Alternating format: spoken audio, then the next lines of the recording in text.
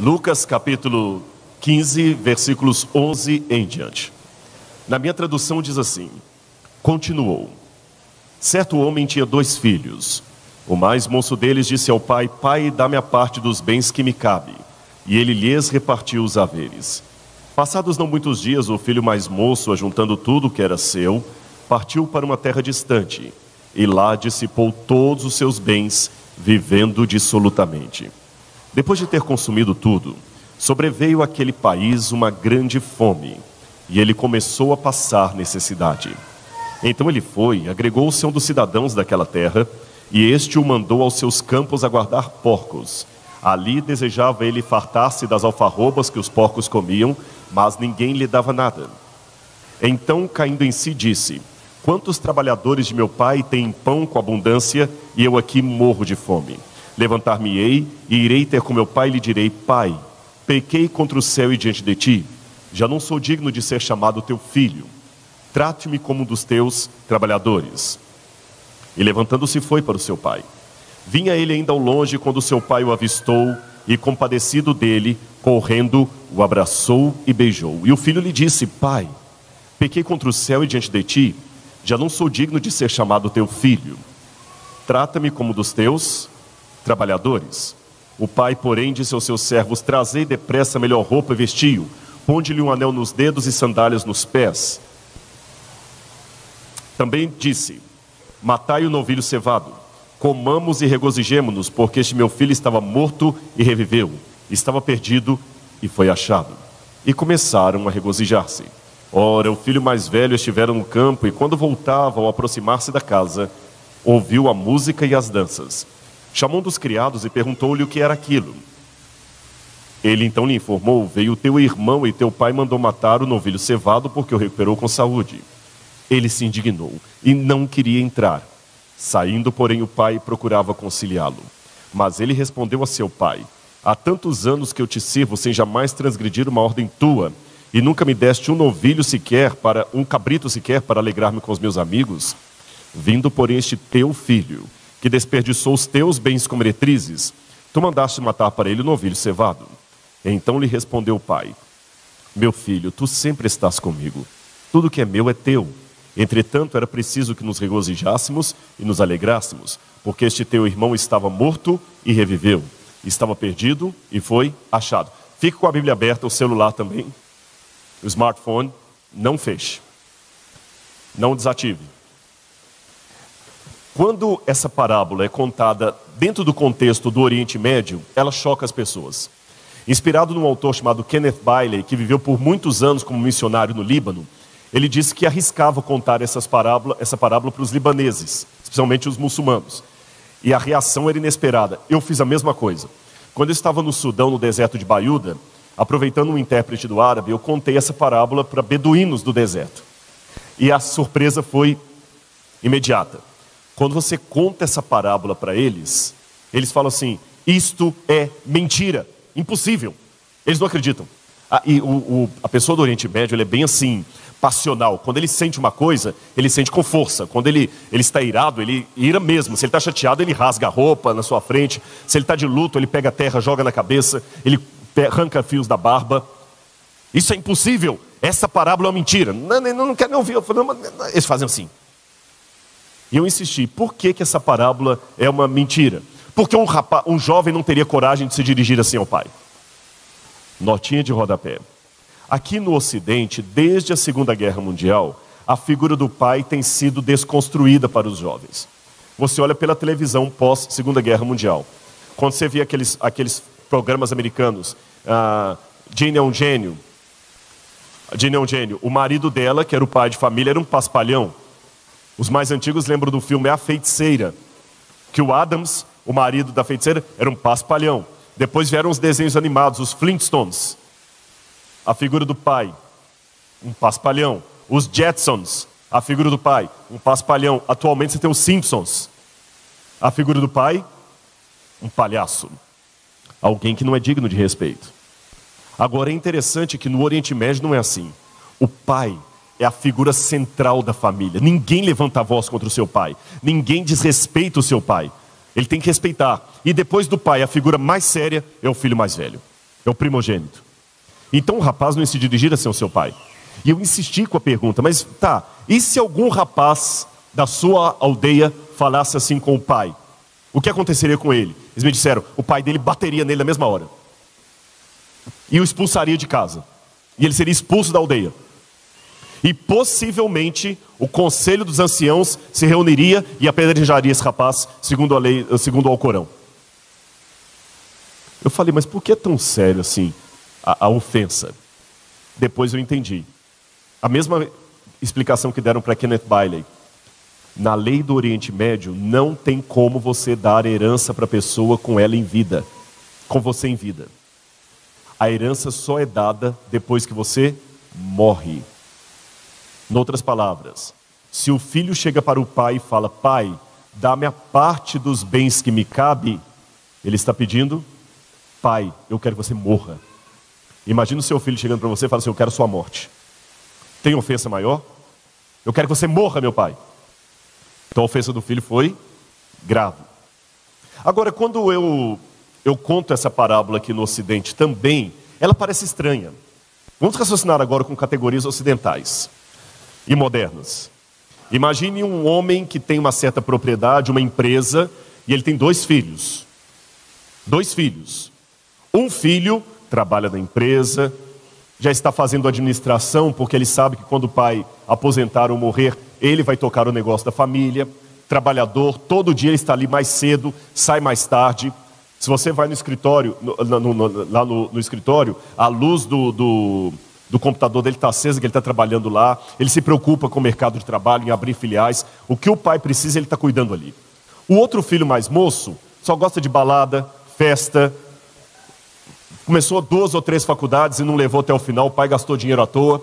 De madrugada o pai recebe um telefonema, está lá o filho na delegacia preso porque foi apanhado numa lei seca, estava bebendo, dirigindo embriagado, alcoolizado, bateu o carro, já teve problema com a namorada, vive a noite toda embalada, chegando em casa de madrugada bêbado, com sintomas de vício em álcool e drogas.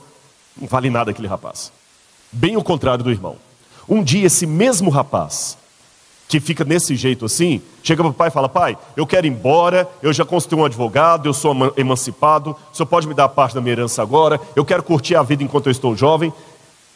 E o pai cai na besteira de vender parte da empresa, transformar em dinheiro e entregar para aquele filho. Eu sei que os pais que estão aqui falam assim, esse homem é um louco, é um pai, como é que se diria?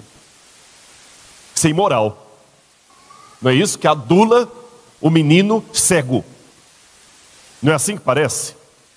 Pior, esse menino sai de casa, torra o dinheiro da empresa embalada, festa, como diz ali, um monte de amigo bebendo com ele, paga para todo mundo. Daqui a pouquinho começa a acabar o dinheiro, e vai acabando o dinheiro, e vai acabando o dinheiro. Ele do hotel que ele ficava chique, ele começa a morar numa pensão, depois na sarjeta, volta para a empresa depois com a cara mais lambida do mundo e fala, pai, olha, eu pequei, dá uma chance aí. E o pai, ô filhão, vem cá.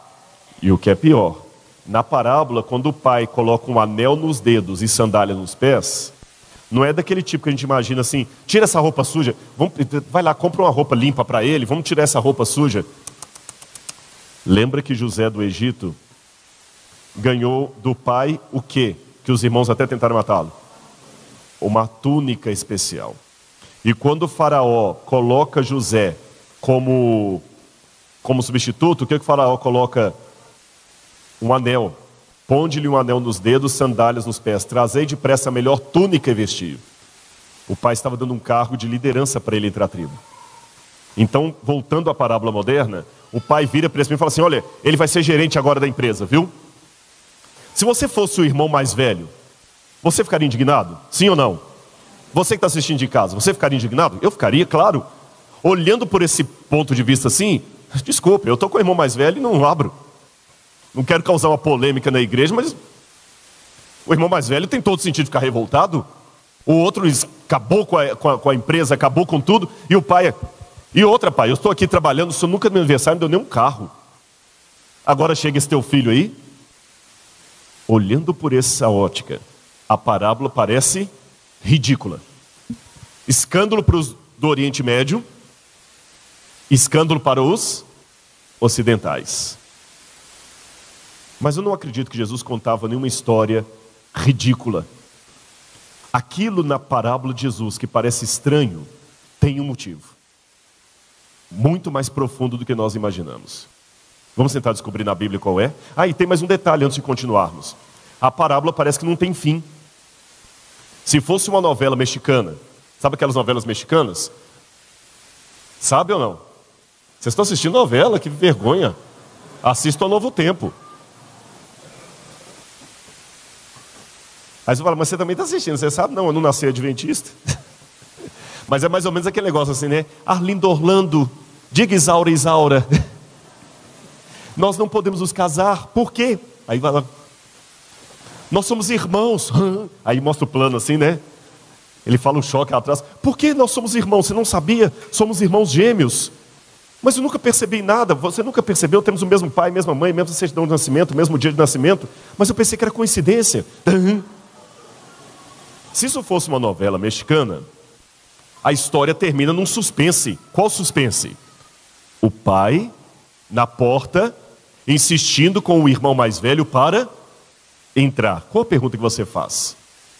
Ele entrou ou não entrou? Ele aceitou reconciliar com seu irmão ou continuou na porta? Por que essa parábola não tem um final?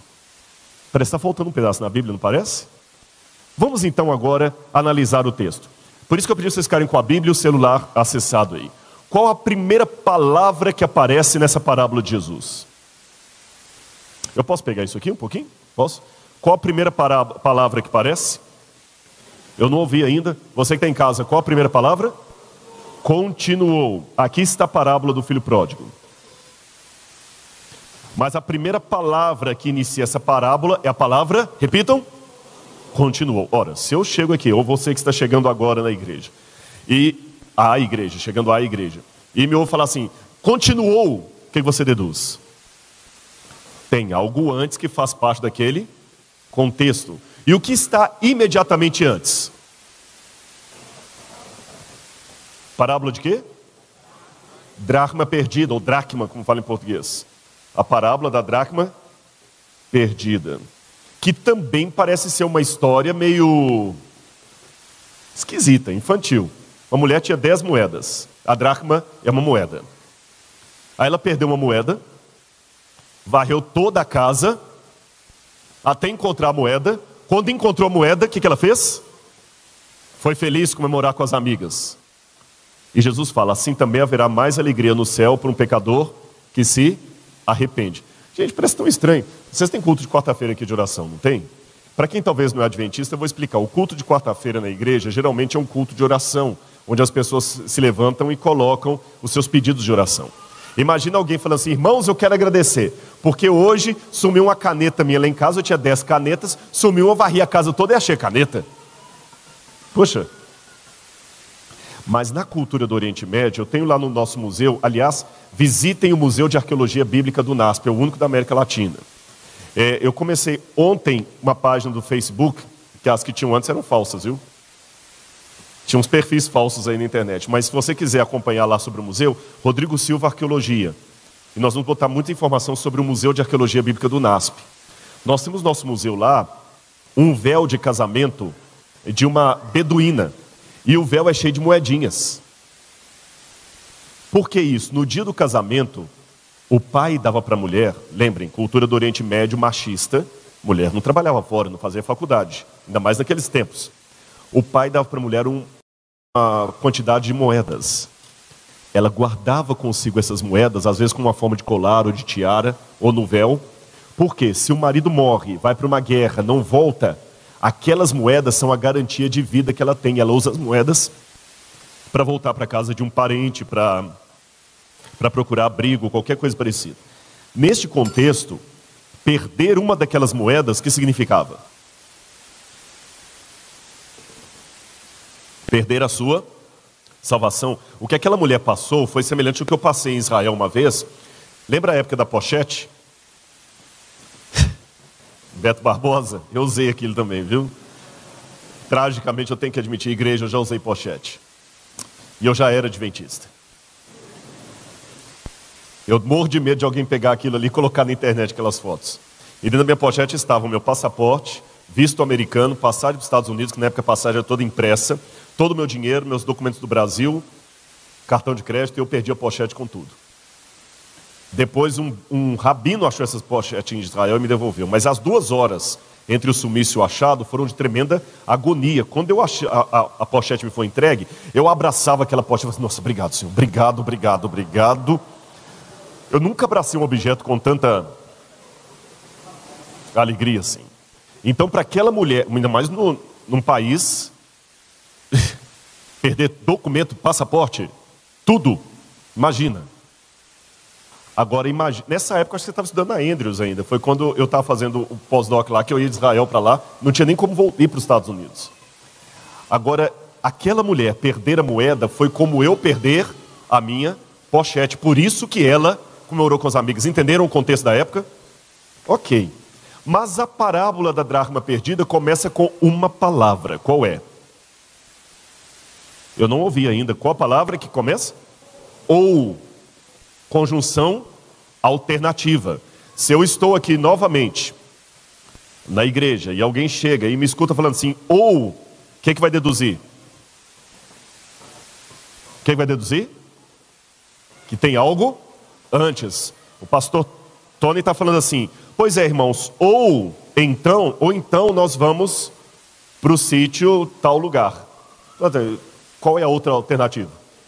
Tem alguma coisa antes. O que está antes do ou? A ovelha perdida. Um pastor tinha 100 ovelhas, perdeu uma onde mesmo? Olha na sua Bíblia aí. Foi no supermercado, na feira, no shopping, no mall. Aonde? Não ouvia, só alguns que... No deserto. E ele foi buscar a ovelha que se perdeu e trouxe. Então nós temos a parábola do filho pródigo. Qual a outra? Dracma perdida. O que é dracma? Moeda. E a parábola da ovelha perdida. Agora, e novamente termina como essa aqui. Há mais júbilo diante de Deus por um pecador que se arrepende do que por 99 que não necessitam de arrependimento. Mas como começa essa parábola da ovelha perdida? Então, de novo, outra palavra que deduz um contexto. Se você chega aqui, eu falo assim, e então? Então o quê? Tinha alguma coisa antes. O contexto finalmente está no capítulo 15, versículos 1 em diante. O contexto está aqui, ó. E o contexto diz o quê? Jesus estava numa casa. Assim diz a minha Bíblia aqui, eu vou ler com vocês, capítulo 15, versículos 1 e 2. Aproximavam-se de Jesus todos os santos e espirituais para o ouvir. Não, li errado. Pecadores e publicanos. E murmuravam os fariseus e escribas dizendo, este recebe pecadores e come com eles. Todos os publicanos e pecadores. Jesus então estava comendo com publicanos e pecadores, quando lá na porta chegaram quem? Escribas e fariseus. A lição da escola sabatina hoje vai falar um pouquinho sobre os escribas e fariseus, não é isso? Os sacerdotes também. Olha, esse homem come com pecadores e os recebe. Deixa eu explicar a vocês, Jesus não estava numa balada dançando com... Receber pecadores, eu tenho até um sermão que eu estou preparando sobre isso, eu não preguei esse sermão ainda. Esse vai ser inédito, eu estou montando esse sermão. Mas já vou revelar um pedacinho dele para vocês. Note que quando Jesus sempre fazia milagres, as pessoas aplaudiam. Eu pergunto, por que eles rejeitaram Jesus? Imagine que, já que eu estou em Brasília, uma capital que respira política, imagine alguém aqui que tivesse o poder de multiplicar pães e peixes para a multidão. Que tivesse um poder de argumentação e fala e retórica que todo mundo pararia para ouvir, até criança e mulher, numa época que criança e mulher eram segregados. Um homem que andava sobre as águas. Todos os partidos iam querer esse homem. Um homem sem nenhum nódulo, sem nenhum dolo. Percebem a questão? Todos os partidos iam querer Jesus. Por que então que o rejeitaram? O problema dos milagres de Jesus foi quando ele começou a curar leprosos, perdoar adúlteras, perdoar publicanos. Esses incomodavam a ala conservadora do judaísmo, porque por mais que eles evitassem essas pessoas e os segregassem, para eles era importante que eles continuassem pecadores. É um problema do legalismo. Eu odeio o pecador, mas eu quero que ele exista. Por que vocês acham? Porque em existindo o pecador, eu fico mais tranquilo com os meus defeitos, porque sempre vai ter alguém pior do que eu para eu ficar tranquilo. Quando Jesus começou a incentivar, a inserir estas pessoas na comunidade, na sociedade, Jesus se tornou persona não grata. Entendem? Quando ele começou a trazer Maria Madalena, quando ele começou a resgatar a pecadora de João 11. E, igreja, eu vou falar uma coisa que eu espero não escandalizá-los. Vocês sabiam que às vezes no nosso mundinho sócio-religioso, a gente tem uma visão muito pequena das coisas. Muito pequena. Você sabia que às vezes uma garota de programa aí pode ter uma mente mais pura do que muitas moças da igreja? A gente pensa em garota de programa sempre como alguém de mau caráter, mas muitas meninas às vezes estão fazendo programa, foram violentadas na infância pelo pai, pelo padrasto, pelo irmão mais velho, perderam todo o respeito pelo corpo próprio, às vezes foram entregues para a escravidão, tem um problema psicológico de desestrutura familiar, se tiver psicólogo aqui sabe o que eu estou falando, que a levou para aquele lado e nós desrotulamos as pessoas. É aquela velha frase, temos que odiar o pecado como Deus odeia o pecado, mas amar o pecador que precisa de salvação. Jesus estava assim. Chegam os publicanos e pecadores, chegam os fariseus e escribas. Jesus então deixa aquele pessoal ali dentro da casa, muito pacientemente, fala assim, tá bom, o que vocês estão reclamando? Ah, o senhor está comendo com publicanos e pecadores, está inserindo esse pessoal na sociedade. Tá bom. Posso contar 3 historinhas para vocês? Pode. Vou contar. Havia um pai que tinha 2 filhos, etc, etc. Pergunto para vocês, vamos falar da ovelha. A ovelha sabe que está perdida? Não? Sabe. Quem já teve cachorro aí? Quem já teve cachorro? Cachorro perdido sabe que está perdido ou não sabe? Ele pode não saber o caminho de volta, mas ele tem a sensação de que ele está perdido. Boi, quando está perdido, o boi não fica desesperado? Até formiga. Passa o dedo ali quando elas estão em fileira para você ver, que ela perde o cheiro, ficam todas desesperadas. Repito a pergunta, a ovelha sabe que está perdida ou não sabe? E onde a ovelha estava perdida? No deserto. Eu tenho a realidade de alguém que sabe que está perdido e está perdido fora de casa. Alguém que sabe que está perdido e está perdido lá fora. Qual que é a outra parábola? Dracma perdida, a moeda perdida. Moeda sabe que está perdida? Moeda é moeda. A moeda estava perdida onde mesmo? Dentro de casa. Alguém que sabe que está perdido lá fora. Alguém que não sabe que está perdido e está perdido dentro. E finalmente, uma história de um pai e 2 filhos. Um perdido dentro, o outro perdido fora. Um que sabe que está perdido, o outro não. Mas como que o mais velho estava perdido? Bom, simples. Lembra que eu contei para você que o beduíno se escandalizou quando eu contei a história? Que ele, ao pedir ao pai a herança, ele pediu para que o pai morresse? Lembram disso? Lembram também que eu falei para vocês que o filho mais velho era aquele segundo mais respeitado? Ele substituiu o pai. Só o silêncio dele não repreender o irmão mais moço já é chocante. Ele deveria repreender o irmão mais novo e mandá-lo respeitar o seu pai. O silêncio dele já é comprometedor. Pior ainda, além do silêncio dele ser comprometedor, ele também recebeu herança. Olha de novo o verso 11 aí. Certo pai tinha 2 filhos. O mais moço disse, pai, dá-me a parte dos bens que me cabe. E ele lhes repartiu os haveres. Plural. Lhes repartiu os haveres. Os 2, o mais velho também recebeu a herança dele. A única diferença entre os 2 é que o mais moço era mais sincero com os seus sentimentos politicamente incorretos, e o outro era hipócrita. E eu já aprendi na minha vida que Deus é menos ofendido pela sinceridade de um pecador do que pela hipocrisia de um santo. Não estou justificando que é correto o que você diz, mas pelo menos você é honesto com os seus sentimentos. Um falava que tinha problema com o pai, o outro fingia que não tinha, mas os dois receberam a herança. Um perdido fora, o outro perdido dentro. E quando o que é perdido fora retorna para o pai, o que está perdido dentro não aceita. Ele fica lá na porta reclamando: eu não vou entrar. Por que você não vai entrar para comer com a gente? Porque o Senhor está recebendo esse teu filho pecador, eu não vou entrar. Por que a parábola não tem um final? Simples. Se você prestar atenção nesse final aqui, ele repete justamente esse começo aqui. Onde Jesus contou essa parábola?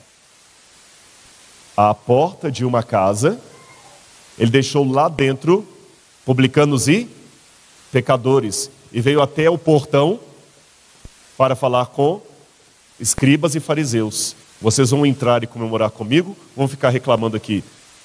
Meu filho, você vai entrar e comemorar comigo, ou vai ficar reclamando aqui? Ou seja, você tinha nessa situação ovelhas perdidas que estavam dentro da casa lá e moeda perdida que estava aqui no portão. Ovelhas perdidas lá na casa, sabendo que estavam perdidas, moedas perdidas aqui, não sabendo que estavam perdidas. Os de dentro representando o filho mais moço, os de fora, o filho mais velho. Perceberam? Moral da história. Eu não sei se nessa parábola, nestas parábolas que eu contei, você se identifica com o filho mais velho, você se identifica com o filho mais moço, não sei se você se identifica com a ovelha, não sei se você se identifica com a dracma, a moeda. Mas de uma coisa eu sei da minha vida: quer perdido dentro ou perdido fora, eu tenho alguém que está à minha procura.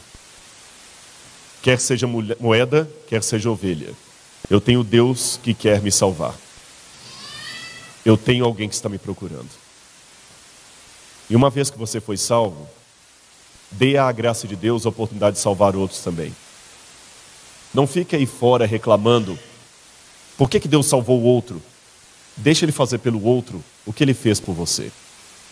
Sabem qual é o meu papel na salvação? Não atrapalhar o papel de Deus. Eu não sei nadar, mas eu já aprendi uma lição se eu estiver me afogando: não atrapalhar o papel do salva-vidas. Senão morre ele e eu. Deixa Deus te salvar. Deixa Deus, para com seu preconceito, com seu achismo, com a sua fama de achar que você sabe demais. Deixe Deus encontrar você onde quer que for, no deserto, dentro da casa, fora dela. Deixa Deus salvar você.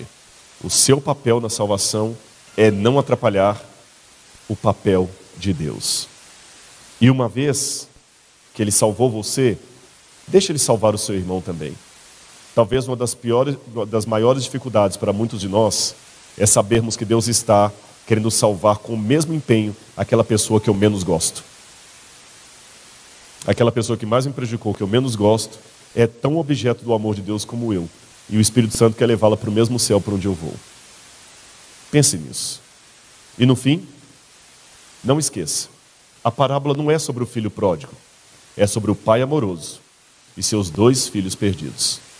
O mesmo pai que ama você e quer te levar para o lar. Que Deus nos abençoe. Amém?